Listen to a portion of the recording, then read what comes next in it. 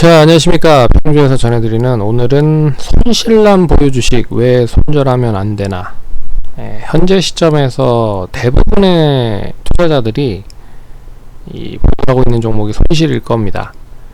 근데 왜 내가 보유하고 있는 종목을 손절하면 안 되는지에 대한 이야기를 간략하게 설명을 해드릴 테니까, 이건 뭐 저의 주관적인 생각입니다. 그리고 제가 투자를 그래도 나름 좀 했다라고 생각을 하는 투자자이기 때문에 뭐 제 경험상을 비추어 봤을 때 지금 왜 이제 손절을 해야 되면 안 되는지에 대한 이야기를 이제 주관적으로 생각한 부분이니까 잘 참고하셔서 어떻게 대응을 하면 좋은지를 곰곰이 잘 생각을 해보시면 좋을 것 같습니다.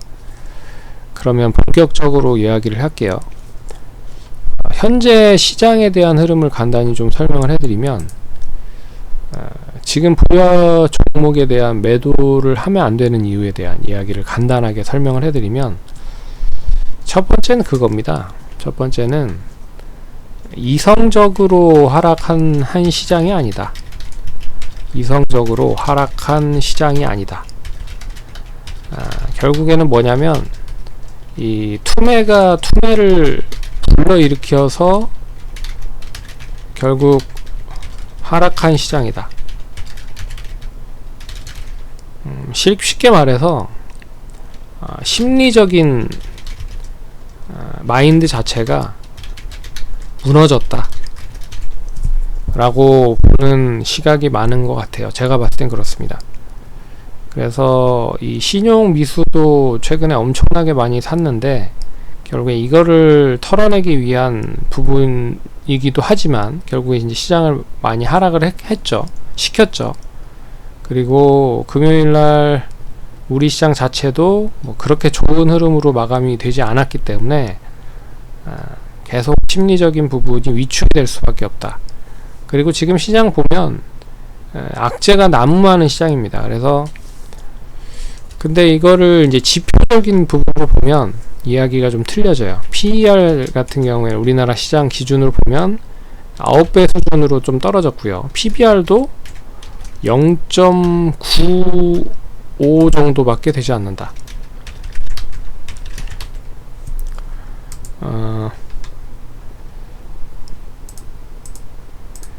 0.95배 정도밖에 되지 않는다. 그러니까 이 기술적인 거를 제외하고도 기본적인 흐름으로만 본다라고 해도 지금 이제 얼마만큼 많이 떨어졌는지를 확인할 수가 있고요. 그리고 이 코로나 때 하락했었던 것만큼의 비율만큼 거의 다 떨어졌다라고 볼 수 있습니다. 근데 지금은 코로나와는 좀 틀린 상황인 거잖아요. 어떻게 보면 이제 러시아 코로나 인해서 하락한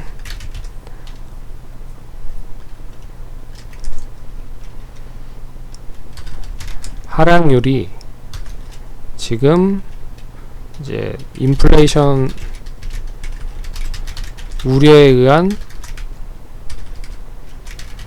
하락률이 거의 비슷해지고 있다. 근데 이거는 좀 틀린 거 아닌가요? 왜 그러냐면 지금 인플레이션이라고 하긴 하지만 금리를 계속 높이고 있는 상황이긴 하죠. 근데 예전에는 이제 코로나로 인해서 공장이 문을 닫고 공장이 언제 열릴지 모르고, 그리고 이게 얼마만큼의 전파력을 얼마만큼 사람들한테 빠른 속도로 확산을 시켜서 치명률이 얼마만큼 큰지도 몰랐고 아무것도 모르는 상황이었잖아요. 백신도 없었고 치료제도 없었습니다.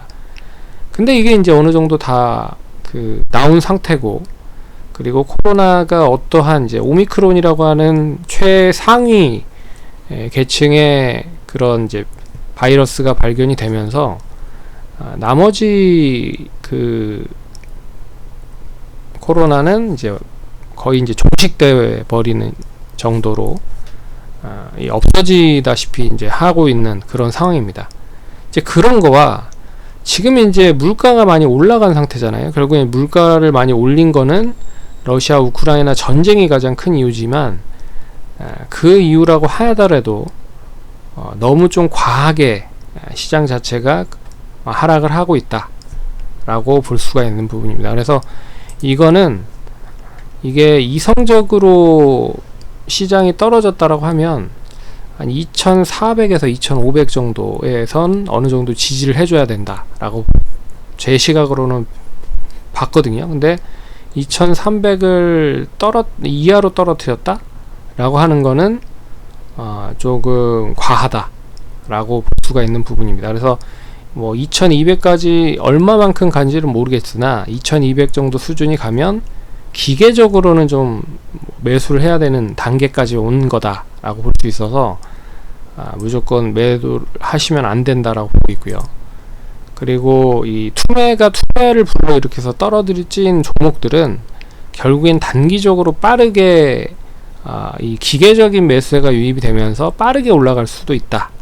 그러면 그 빠르게 올라갈 때 절대적으로 따라잡지 못한다 라는 게 이제 첫 번째라고 좀 보시면 될 것 같고, 두 번째는 뭐냐면 지금 시장 자체가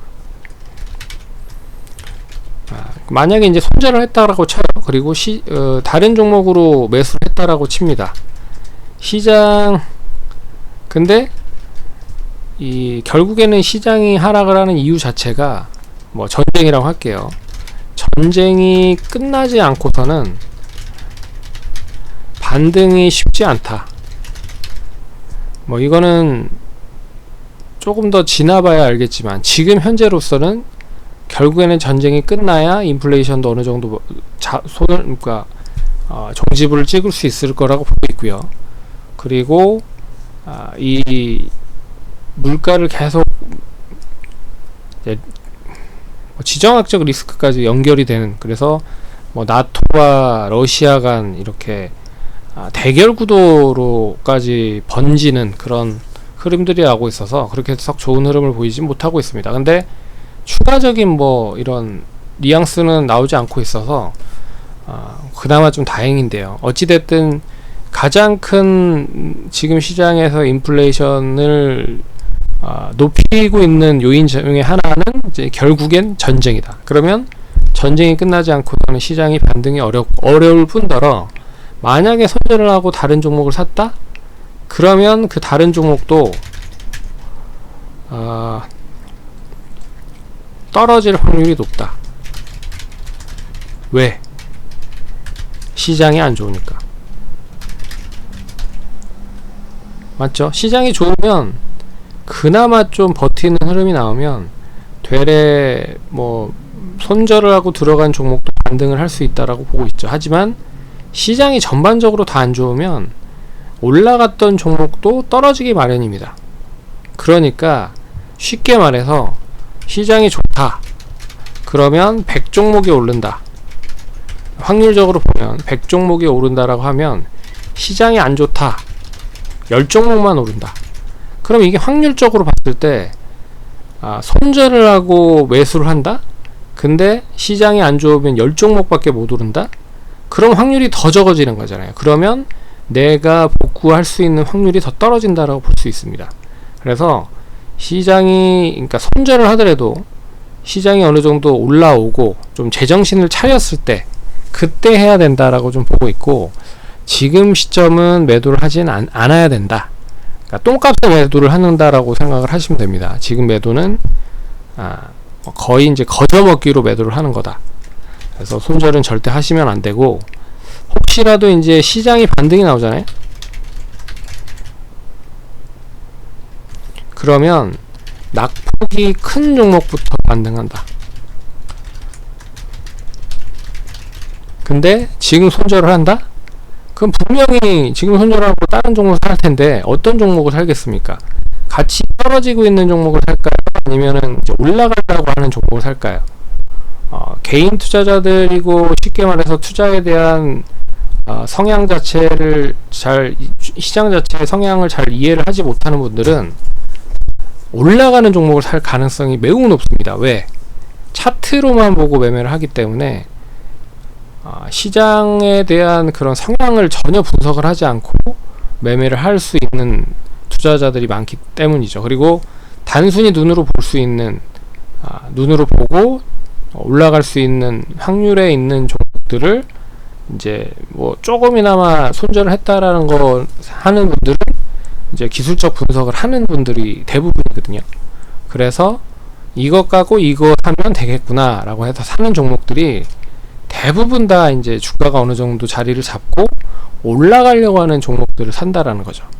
그러면 시장이 많이 빠졌음에도 불구하고 잘 버텼잖아요. 그러면 되레 시장이 반등을 하면 그런 종목들은 못 올라갑니다.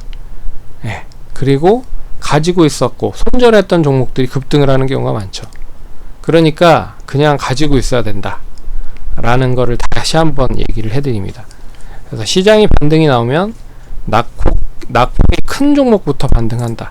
얼마큼 반등하냐? 얼마만큼? 대략적으로 이때는 이제 주도주라고 할 수 있는 주도주 성향의 종목이 반등하는 것보다 대부분 종목이 반등.